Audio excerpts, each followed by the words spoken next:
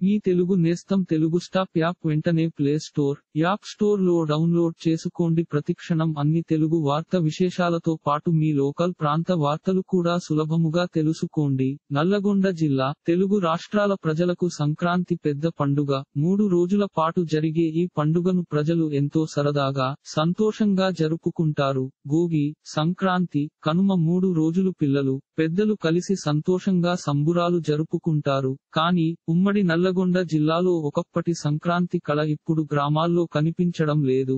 సంక్రాంతి అనగానే ఇంటి ముందర రంగురంగుల రంగవల్లులు, డూడు బసవన్నల విన్యాసాలు, హరిదాసు కీర్తనలు గుర్తుకొస్తాయి. ప్రస్తుతం పట్టణాల్లోనే కాదు గ్రామాల్లో కూడా ఎక్కడా కూడా గంగిరెద్దులు, హరిదాసులు కనిపించడం లేదు. మారుతున్న కాలంతో పాటే డూడు బసవన్నలు, హరిదాసులు కనుమరుగవుతున్నారు. నేటి తరం పిల్లలకు సంక్రాంతి సందర్భంగా వికసించే సంస్కృతి, సంప్రదాయాలు, బసవన్నలు, హరిదాసు కీర్తనలు కేవలం సినిమాల్లోనే చూస్తున్నారని, ఇలాగే కొనసాగితే రాబోయే కాలంలో పూర్తిగా కనుమరుగయ్యే అవకాశం ఉందని అంటున్నారు. ఇలాంటి మరిన్ని తెలుగు వార్త విశేషాలు కోసం ఛానల్ కి సబ్స్క్రైబ్ చేసి గంట నొక్కడం మర్చిపోకండి.